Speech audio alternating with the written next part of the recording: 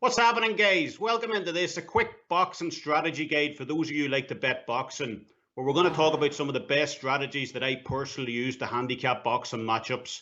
I'm going to share a few of the most profitable ones right here. So let's get into it. Look, first, it may seem simple, but look, odds matter. That's number one. And also, don't be afraid to bet the chalk.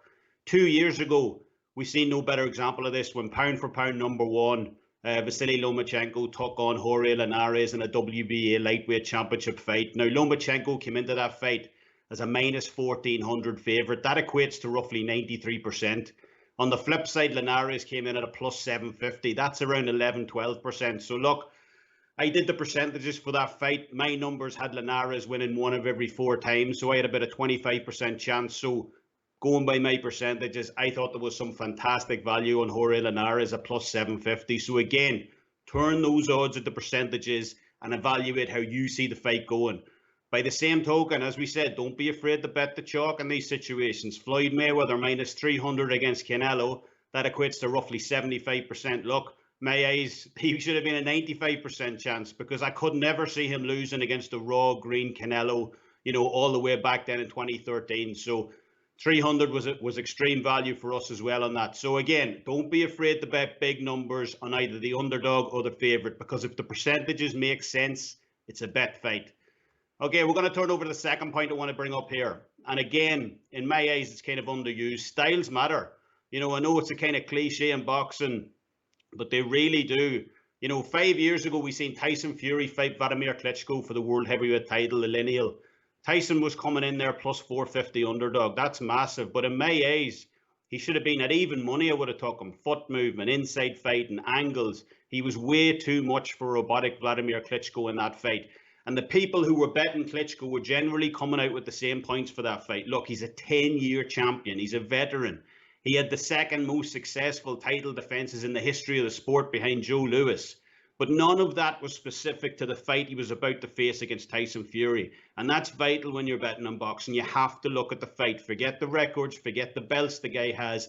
It has to be the specific fight that's coming up. So while it's not quite rock, paper, scissors, it's very close. Look, we're going to talk about some of the different styles. Ambush fighters, your Manny Pacquiao's, your Amir Khan's, Roy Jones Jr. Those guys generally do well against technicians, because they can jump in and out the pocket before the technician has time to react. Think Roy Jones Jr. versus James Toney, for instance, back in the day. Again, though, ambush fighters generally don't do so well when they're fighting effective pressure fighters. Think Lamont Peterson versus Amir Khan. When they're just sitting on your chest, there's nowhere to jump back out to. So styles make fights.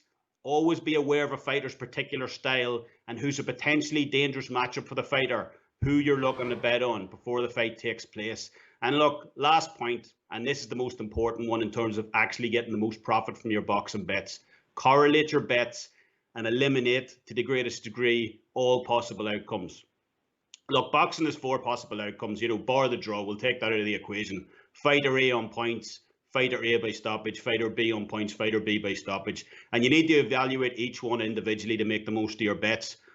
As an example, going back to 2011 Super 6 final, best super middleweights in the world, Andre Ward fought Carl Froch in the final. Now, Andre Ward was coming into that fight as a minus 220 favourite. I was all over Ward. I really liked him in the final. Didn't see Carl Froch winning, but I didn't want to lay a minus 220 either. So you sit down and you get your paper out and you start to cross off which outcomes are not likely to happen. Now, could I see Andre Ward stopping Carl Froch in that fight? No, couldn't see that happening. Carl Froch, one of the toughest guys in boxing at that time. So took that out the equation. So it was going to be Ward by decision. Now, did I see it being a competitive fight, a close fight? No. I thought Ward had far too much skill for Carl Froch. So I wrote down unanimous decision.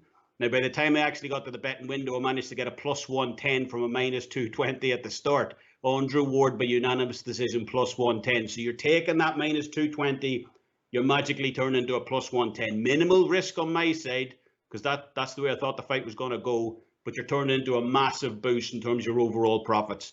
Again, when you're looking to bet on other fighters, Timothy Bradley, just 3 stoppages over his final 19 fights. When you're looking to Brett Bradley fights, you're looking at him by points, and also you're going to correlate his fights with distance. Also on the flip side, when you're talking about fighters like Lucas Mathise, 36 KOs and 39 wins, when you're betting him to win, you're going to take the stoppage. So Always try and weigh up exactly how you think a fighter wins the fight to maximize the best possible returns on your bets.